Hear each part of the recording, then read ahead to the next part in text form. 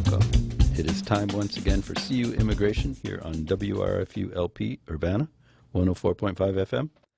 I will be your host for this evening. My name is Mr. Garza, and I'm here to let you know that WRFU is an open forum for the Urbana-Champaign community. Views expressed are those of the speakers and do not represent, and are not intended to represent. I knew there was something strange about that. Views expressed are those of the speakers and are not intended to represent WRFU, UCIMC, or as we like to say on this show, the televised version, UPTV. These views are our own, and by our in this instance, I mean myself. That is correct. Me, myself, and I, all three of us, are here this evening, and we will be speaking our mind, our mutual minds, and expressing whatever there is to express, whatever views expressed. There may be some views that sneak in through the stories that I may care to share with you, but those views are not mine. These views are mine. But in any event, those views aren't either WRFU's, UCIMC, or UPTV's either. So just basically views, no, just don't even think about it. Views are those of the speakers and or the writers whose words I'm reading or whatever, something like that. Anyway, so lots of snow out for history's sake, in case you're watching this at some point well down the line and you're wondering, gosh, December 16th, I wonder what the weather was like. Snow. Yuki des, as they say in some parts of the world. And kind of cold-ish. Not terribly cold, but definitely lots of snow, which will hopefully go away soon enough.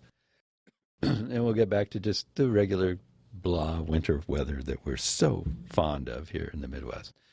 Anyway, today's show, if you are keeping track and watching these shows, the last couple of shows were about fake news and its prevalence and how to spot it and what's going on with that and what it means and everything. We live in an era of mass information. There's just information all over the place coming at us in every which way. And it can be very confusing because it's not all accurate. A lot of it is wildly inaccurate or intentionally inaccurate.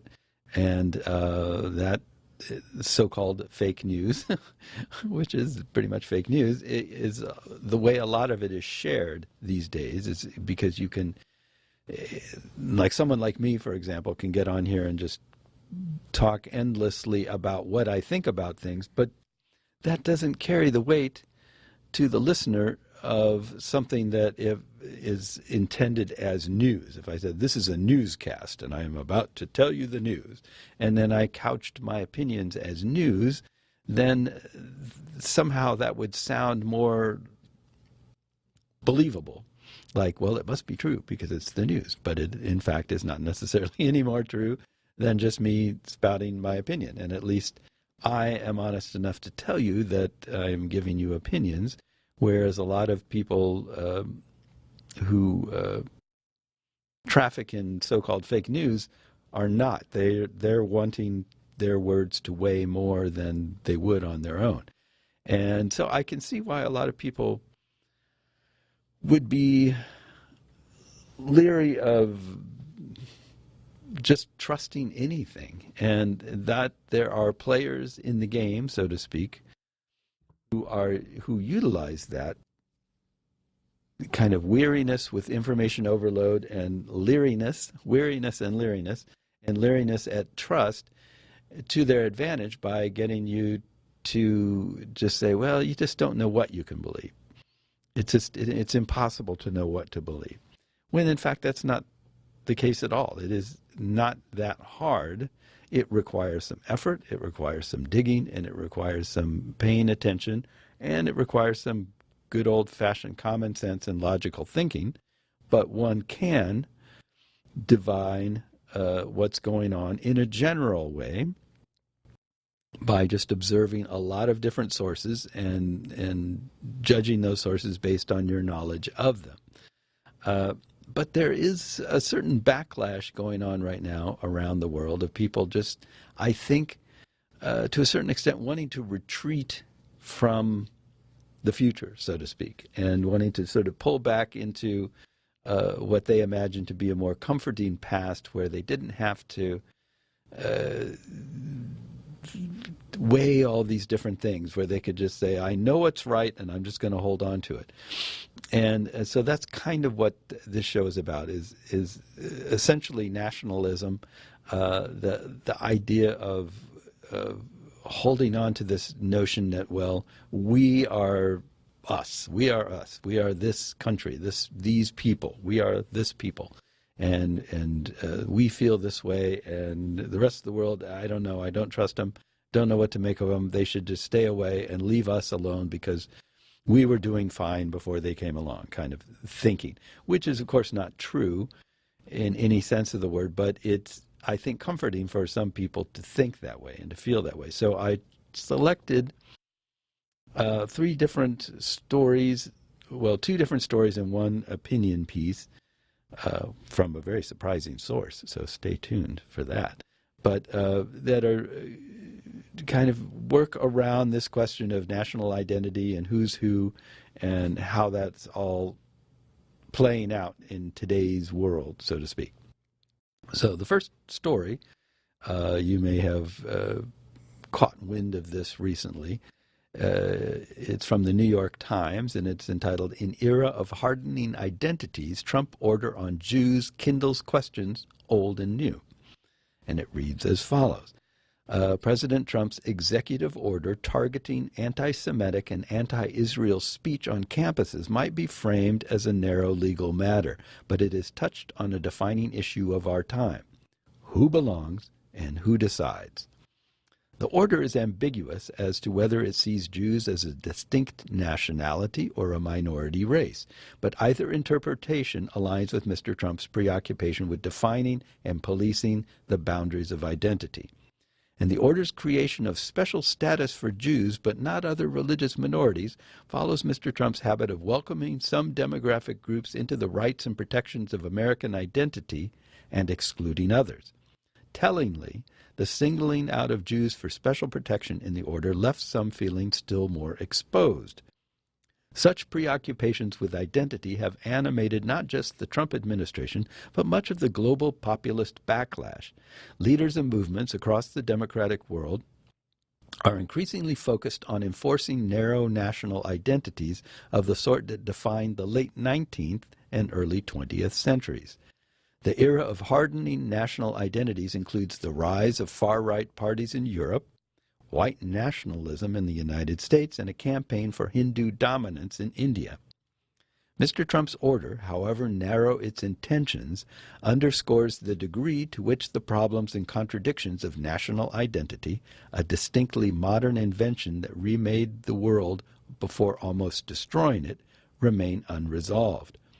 The dilemmas of the new nationalist era are especially surfaced by the order's focus on Jews, whose relationship to conceptions of race and nationality have always been fraught. It touches on some of the most sensitive questions of Jewish identity, questions that are extensions of ways that national identity both made the modern world and never quite put it back together. The concept, scarcely 200 years old, holds that humanity is divided among fixed communities, each defined by a common language, ethnicity, and homeland. Those communities are nations. Membership is one's national identity, the core tenet of nationalism, so pervasive today's world that it feels almost self-evident. Any nation of people should have a country, and any country should consist of a nation. The concept of an overarching identity tied to one's country was invented not by ancient poets or warriors, but by 19th century European governments. As monarchies teetered and the church declined, governments saw engineering common language and ethnic heritage as a way to justify their rule over polyglot empires, as well as an opportunity to marshal their populations for collective pursuits like industry or war. Nations, as a natural, God-given way of classifying men, as an inherent, though long-delayed political destiny, are a myth, a British-Czech political theorist Ernest Gellner wrote. But this way of thinking reshaped 19th century Europe, leading to the creation of modern Italy and Germany. It later spread to the rest of the world, inspiring independence and liberation movements on the basis that all people belong to national groups awaiting their nation. National identity's rise, however, also turned minorities and migrants into second-class citizens, or even into perceived threats within. It turned racial purity into a matter of ethnic and therefore national survival. It defined nations as irrevocably divided from one another by race and heritage. The world, unable to unwind a global order built on national identity, sought to manage its worst tendencies by promoting cultural pluralism, international integration, and protections for minorities and migrants. These values did not so much replace national identity as sit uneasily alongside it, eventually leading to a backlash. Leaders like Viktor Orban of Hungary combined the old appeals to blood and soil with something new, promises to smash the systems of multiculturalism and integration seen as posing just as grave a threat to national identity as any minority or migrant. Mr. Trump rose on a similar message, saying about immigration and border restrictions he considered dangerously weak, quote, "You either have a country or you don't," end quote. Mr. Trump's order, for purposes of monitoring educational institutions' handling of discrimination, places Jews under Civil Rights Act protections based on race, color, or national origin. The order also draws on a 2005 definition of anti-Semitism, one of whose authors have since said is overly broad, conflating hatred of Jews with criticism of Israel. Mr. Trump has at times conflated American Jews with Israelis.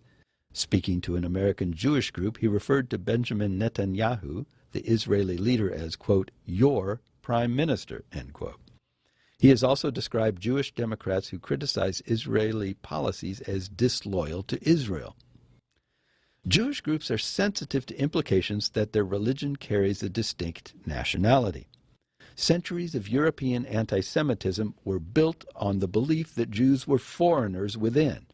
As late as the 1980s, Soviet passports designated Jewish as a nationality akin to Russian or Ukrainian. In the late 19th century, as modern national identity took hold, some Jewish leaders arrived at a position that hinted at the contradictions of the era.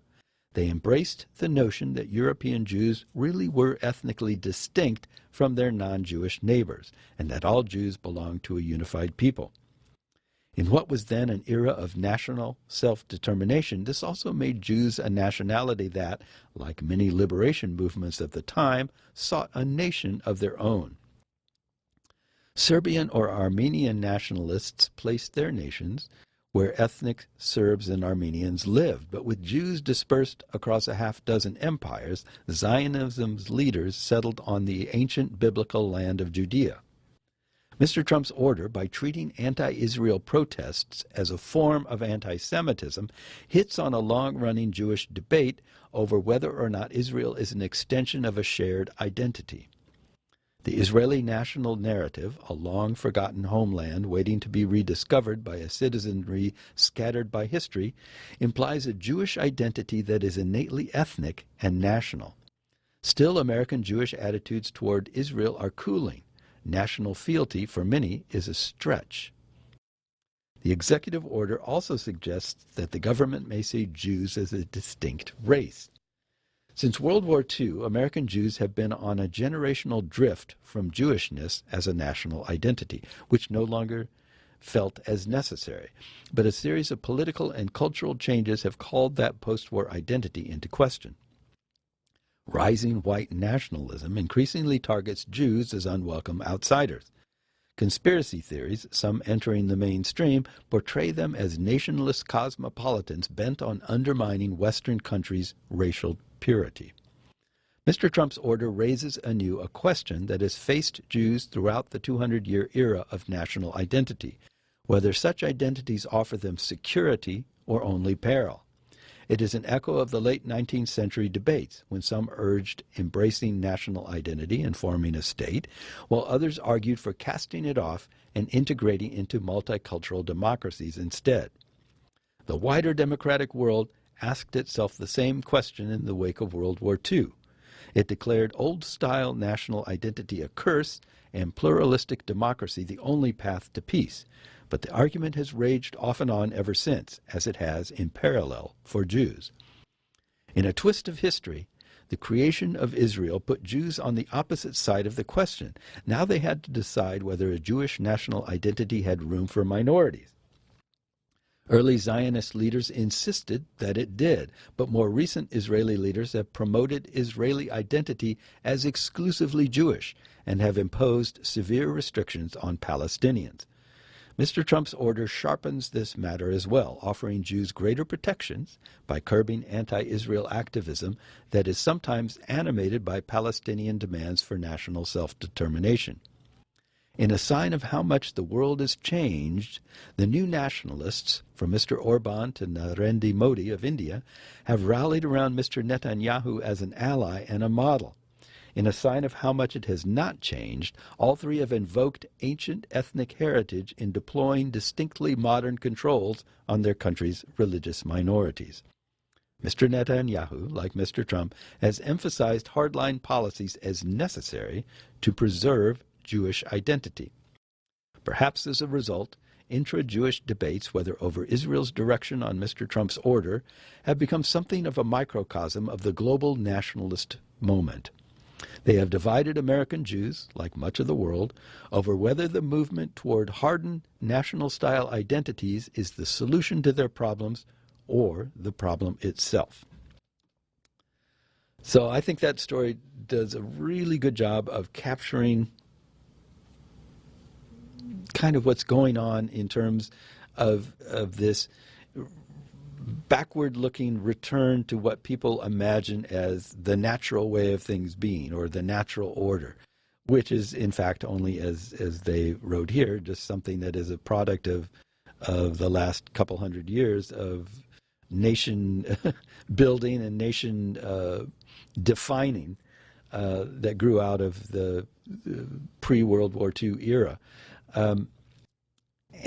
But a lot, people have short memories. They don't understand, or they don't know history, which is unfortunate, because if you read history and if you follow it, I mean, if you really study it, as opposed to just knowing when the Battle of Gettysburg was, or something like that.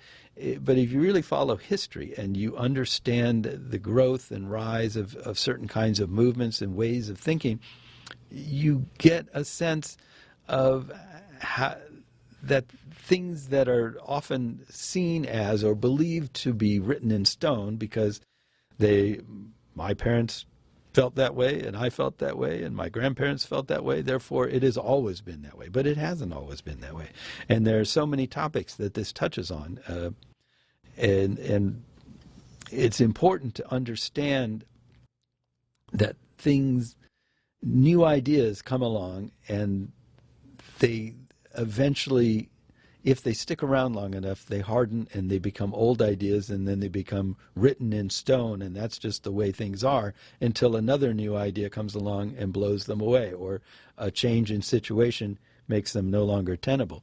But there are always people in that liminal space when an idea is no longer maybe as solid as it once was, that just want to go back to the old way because it seems comforting, and that's dangerous. It can be dangerous, because if you don't grow, you stagnate. Growth is life. Life is growth. That's what it is. It's a constant state of changing and growing and becoming something new and different. And when you stop doing that, you stagnate and die. And that's how empires go away, for one thing, is that they stop growing and stop being something that's evolving as it goes. Anyway, as referred to in the previous story, the next story is about India and their latest troubles. And this is also from the New York Times, and it is entitled, "As Protests Rage in India, Is India Moving Closer to Becoming a Hindu Nation?" Good question. Prime Minister Narendra Modi's government has rounded up thousands of Muslims in Kashmir, revoked the area's autonomy, and enforced a citizenship test in northeastern India that left nearly 2 million people potentially stateless, many of them Muslim. But it was Mr. Modi's gamble to pass a sweeping new citizenship law that favors every other South Asian faith than Islam that has set off days of widespread protests across the country. The law, which easily passed both houses of parliament last week, is the most overt sign yet, opponents say, that Mr. Modi intends to turn India into a Hindu-centric state where the country's huge Muslim minority of 200 million people is at a calculated disadvantage. Indian Muslims, who have watched anxiously as one step after another by Mr. Modi's government this year has furthered a Hindu nationalist program, have finally erupted. Over the past few days, furious protests have broken out on college campuses and in packed streets of a growing list of cities: Mumbai, Chennai, Varanasi, Guwahati, Hyderabad, Bhopal, Patna, Pondicherry. The disturbances keep spreading, and on Monday they tied up several areas of the capital, New Delhi. Mr. Modi's government has responded with troops, internet shutdowns, and curfews, just as it did when it clamped down on Kashmir. In New Delhi, police officers beat unarmed students with wooden poles, dragging them away from stunned colleagues and sending scores to the hospital, many with broken bones. In Assam, they shot and killed several young men. India's Muslims have stayed relatively quiet during the other setbacks, keenly aware of the electoral logic that has pushed them to the margins. India is about 80% Hindu, 14% Muslim, and Mr. Modi and his party, which espouses a Hindu-centric worldview, won a crushing election victory in May and handily control the parliament. But Indian Muslims are feeling increasingly desperate, and so are progressives, many Indians of other faiths, and those who see a secular government as fundamental to India's identity and its future. The world is now weighing in too. United Nations officials, American representatives, international advocacy groups, and religious organizations have issued scathing statements saying the law is blatantly discriminatory. Some are even calling for sanctions. Critics are deeply worried that Mr. Modi is trying to wrench India away from its secular democratic roots and turn this nation of 1.3 billion people into a religious state, a homeland for Hindus that will discriminate against others. Quote, "They want a theocratic state like Pakistan or Israel, where they give rights to one religion and other religions aren't given anything," said B.N. Srikrishna, a former judge on India's Supreme Court. "This is pushing the country to the brink of chaos. This is how waves of communal violence start in the country," he added. Mr. Modi is no stranger to communal violence. The worst bloodshed that India has seen in recent years exploded on his watch in 2002 in Gujarat, where he was the top official in the state, and clashes between Hindus and Muslims killed more than 1,000 people, most of them Muslims. Mr. Modi was widely blamed for not doing enough to stop it. Courts have cleared him, but many people believe he was at least partly responsible for the brutality that unfolded. His grip on power is still firm, even with a weakening economy.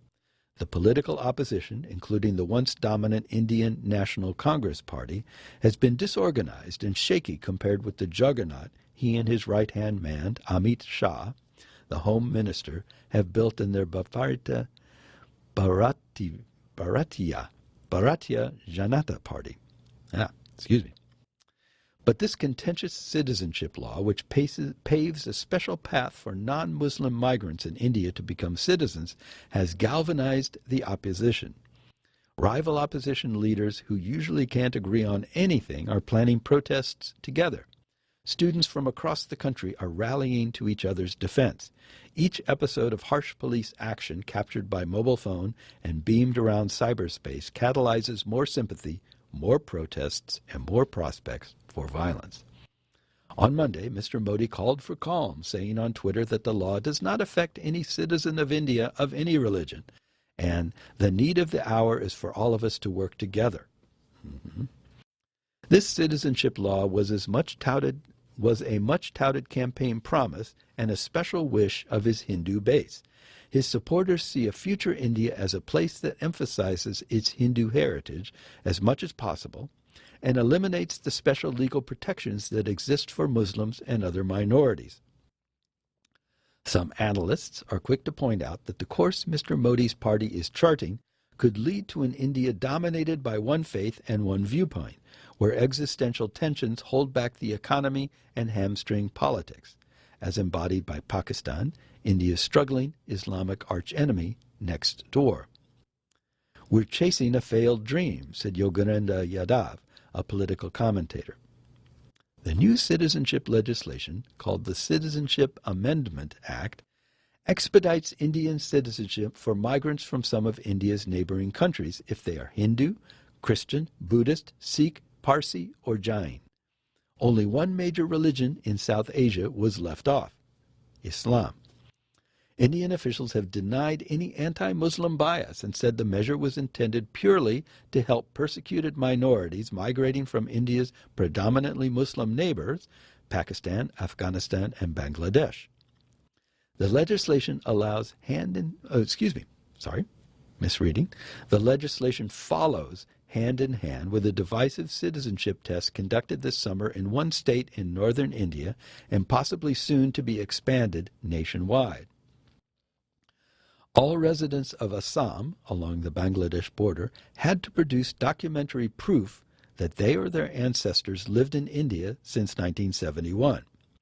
Around 2 million of Assam's population of 33 million, a mix of Hindus and Muslims, failed to pass the test and now risk being rendered stateless. Huge new prisons are being built to house anyone determined to be an illegal immigrant. A widespread belief is that the Indian government will use both these measures, the citizenship test and the new citizenship law, to strip away rights from Muslims who have been living in India for generations. The way this will happen, many Muslim Indians fear, is that they will be asked to produce old birth certificates or property deeds necessary to prove citizenship, and they will be unable to do so. And while Hindu residents in the same situation will be given a pass, it seems, Muslim residents will not have the same legal protections. The protest started last week in Assam, led by Hindus and joined by Assamese Muslims and Christians. Many Hindus in Assam don't like the new law either. They fear it could open the floodgates to poor migrants who will settle in Assam and take their land. And so despite the legislation's potential to drive a sectarian wedge across India, in Assam it backfired, unifying protesters across religious lines. Witnesses said that security forces fired live ammunition into a crowd, killing a 17-year-old Christian student as he walked home. Outraged demonstrators then burned down train stations and attacked the police. Struggling to maintain control, the central government sent in the army and shut down the internet. The angry crowds only grew. On Sunday, the protests spread to Delhi. Students of Jamia Millia Islamia University, a predominantly Muslim institution, gathered peacefully, witnesses said, but chaos broke out after a separate group of violent protesters joined the fray and began clashing with the police, witnesses said. The police response was swift and indiscriminate, according to witnesses, and videos widely circulated on social media showed officers beating students. In one video, a group of female students tries to rescue a young man from the grasp of the police. A squad of officers in riot gear tears him away and knocks him down with heavy blows.